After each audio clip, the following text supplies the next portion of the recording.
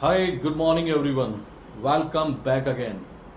Guys मैं welcome करता हूं आप सबका अपने यूट्यूब चैनल पर जिसका नाम है मनी इज एवरीथिंग।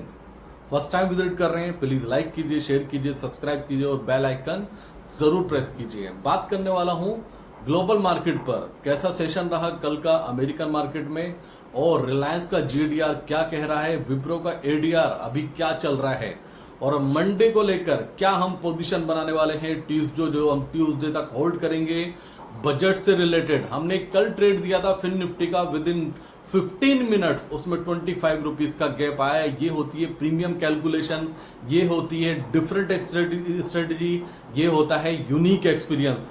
सबसे पहले बात करता हूं अमेरिकन मार्केट की। अमेरिकन मार्केट में एक वीक सेशन देखने को मिला, जबकि इंडियन मार्केट में ऑलरेडी एक वीक सेशन था। उसके बाद भी American market almost Dow Jones 400 point minus में क्लोजिंग दिया है। दूसरा नेस्डेक 144 पॉइंट माइनस में, S&P 500 39 पॉइंट माइनस में क्लोजिंग दिया है। बात करता हूं सबसे पहले कल के सेशन की। कल इंडियन मार्केट में एक बड़ी प्रॉफिट बुकिंग की हमें उम्मीद थी, हमें एक बड़ी बिग वाली आने की उम्मीद थी। इसलिए मार्केट खुलने से पहले हमने अपने प्रीमियम ग्रुप में, हमने फ्री टेलीग्राम चैनल में, हमने अपने इन्वेस्टर को पर्सनली मैसेज कर करके इन्फॉर्म किया कि प्लीज एग्जिट कर जाइए अपनी म्यूचुअल फंड की इन्वेस्टमेंट से, अपनी लॉन्ग टर्म की इन्वेस्टमेंट से और अपनी स्टॉक जो आपने शॉर्ट टर्म के लिए भी इन्वेस्ट किए हैं उन सब से निकल जाइए। बिलीव मी गाइस, अगर आपने स्ट्रांगली फॉलो किया है तो आपका पोर्टफोलियो एक बड़े परसेंटेज में माइनस में जैसे जाने से बचा है और आपने सही टाइम पर एग्जिट किया है। क्योंकि ऐसा कोई तुक्का नहीं लगा सकता है कभी भी कि मार्केट गिरने से पहले, मार्केट खुलने से पहले आपके पास टाइम से इंफॉर्मेशन पहुंच जाए और उसके बाद में मिड कैप 2 से 2.5% माइनस में, 3% माइनस में, स्मॉल कैप 3% माइनस में, निफ्टी 270 पॉइंट माइनस में, बैंक निफ्टी 350 पॉइंट से ज्यादा माइनस में। आईटी एक बार को गैप अप खुला लेकिन वहां पर भी प्रॉफिट बुकिंग देखने को मिली। ओवरऑल सब जगह एक हैंडसम, एक स्ट्रॉन्ग प्रॉफिट बुकिंग देखने को मिली। अगर आपने सही टाइम पर एग्जिट किया है तो एक अच्छा कैपिटल आपको बचा होगा। इससे अच्छा प्रेडिक्शन कोई कर ही नहीं सकता है, इससे स्ट्रॉन्ग प्रेडिक्शन कोई नहीं कर सकता है। इतना टाइम से कोई प्रिडिक्शन नहीं कर सकता है। बिल्कुल टाइम से आपके पास इंफॉर्मेशन पहुंची है कि आपको ये एग्जिट करना है। उम्मीद करूंगा जिन लोगों ने भी स्ट्रिक्टली इसको फॉलो किया होगा, ये हमारे स्ट्रॉन्ग फॉलोवर्स हैं, तो 100% उन्होंने एग्जिट किया होगा। कहीं ना कहीं वो रात भर अच्छे से सोए होंगे और उनको टेंशन नहीं होगी, क्योंकि ये जो अभी करेक्शन स्टार्ट हुआ है ये कंटिन्यू चलने वाला है। बात करता हूं ग्लोबल मार्केट से ही दोबारा। डाउ की मैं बात कर चुका हूं। दूसरी बात करता हूं क्रूड ऑयल की। गाइस क्रूड ऑयल गिरा है, 3% गिरा है क्रूड ऑयल 82.58। अब ये क्यों गिरा है उसका रीजन मुझे नहीं पता, क्या डिमांड में कमी आई है, लेकिन एक बड़ी गिरावट काफी टाइम के बाद क्रूड ऑयल में देखने को मिली है। करेंसी की बात करता हूं, जो अभी तक गिर रहा था डॉलर इंडेक्स, कल तक 103.28 चल रहा था, वो अभी 104.65 चल रहा है। एक अच्छा उछाल देखने को मिला कल के सेशन में, लो लेवल से काफी अच्छी रिकवरी दी है इसने।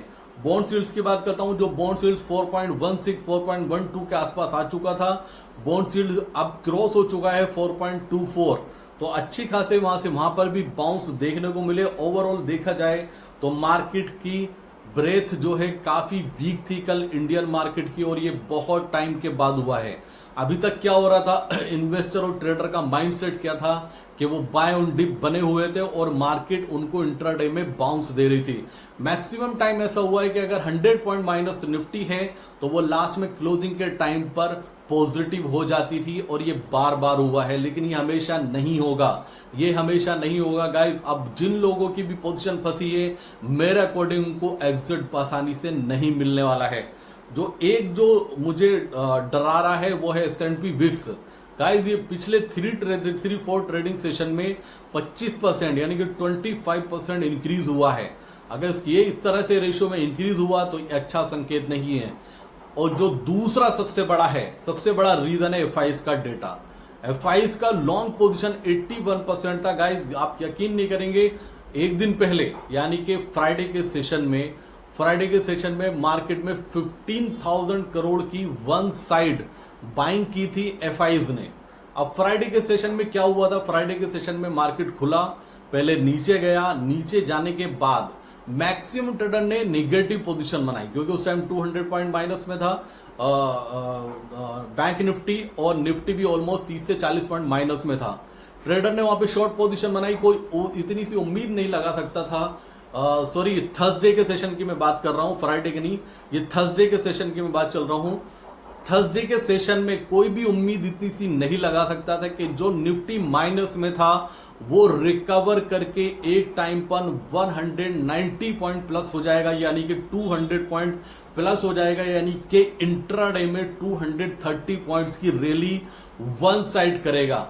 वो एक बहुत बड़ा, जो ट्रेडर निगेटिव भी था, जो शॉर्ट सेलर था, वो भी वहां पर पॉजिटिव हो गया। उसको भी ऐसा लगा कि ये मार्केट अब नहीं रुकेगा, ये 25,000 क्रॉस करेगा।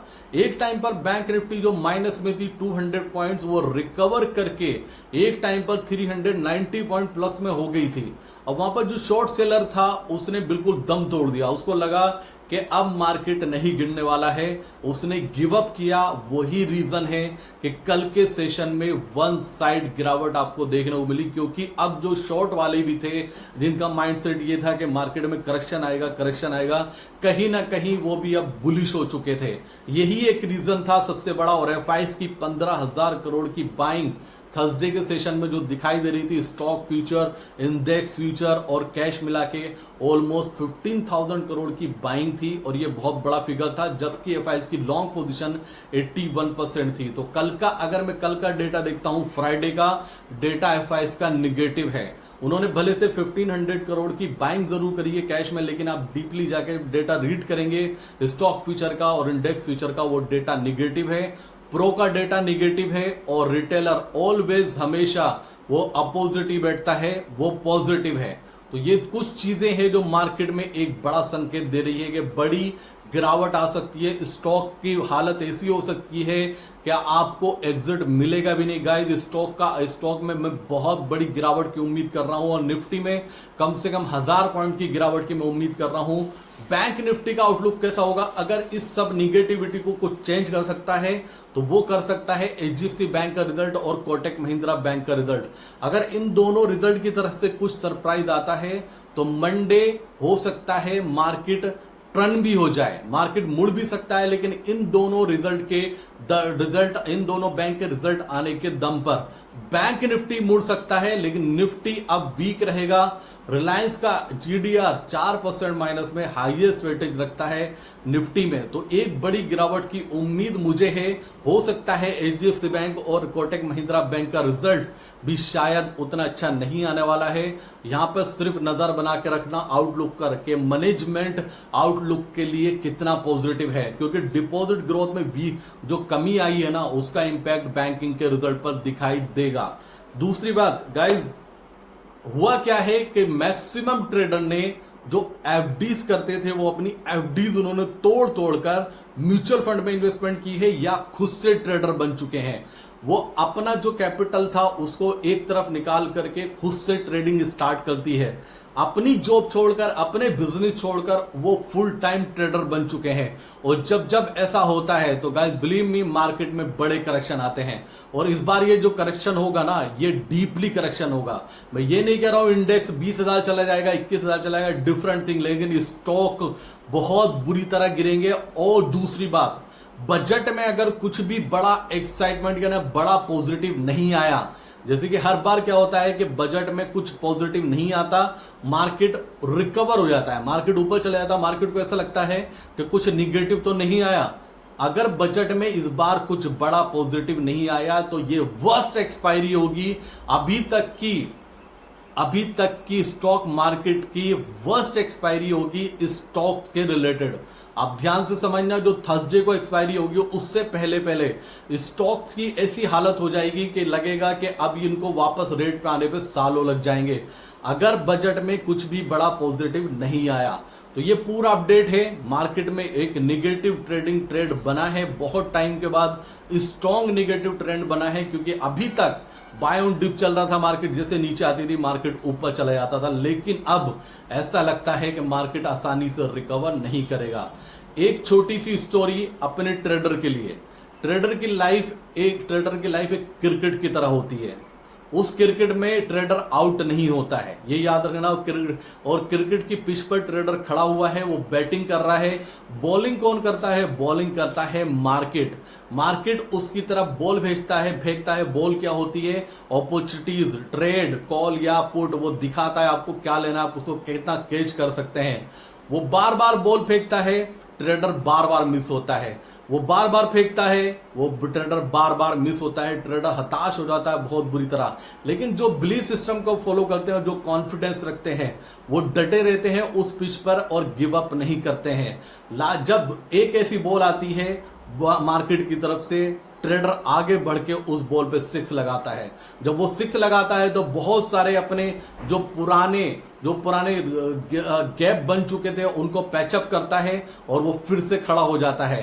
तो यही लाइफ है, यही एक ट्रेडर की लाइफ है। उसके सामने अपॉर्चुनिटीज डेली आती है, लेकिन डिपेंड करता है कि वो कितना सब्र रख के और कितना दिमाग से कौन सी बॉल को बाउंड्री के बाहर फेंकता है। हमें भी ऐसा ही वेट करना है। एक अपॉर्चुनिटी हमें चाहिए जिसमें हमारा सुपर जैकपॉट लगने वाला है बहुत जल्दी, और इसके लिए मैं मंडे कुछ ट्रेड शेयर करने वाला हूं अपनी टेलीग्राम फैमिली में। हो सकता है फ्री टेलीग्राम में भी शेयर करूं।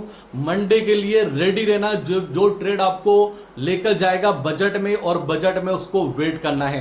गाइस कल लास्ट के 15 या 30 मिनट्स में मैंने ट्रेड शेयर किया फिन निफ्टी में। आप बिलीव नहीं करेंगे, 25 पॉइंट्स का प्रीमियम ऐड हो गया विद इन 10 मिनट्स। और वो प्रीमियम कैलकुलेशन दिखा रहा था कि यहाँ पे प्रीमियम ऐड होने के चांसेस बहुत ज्यादा हैं।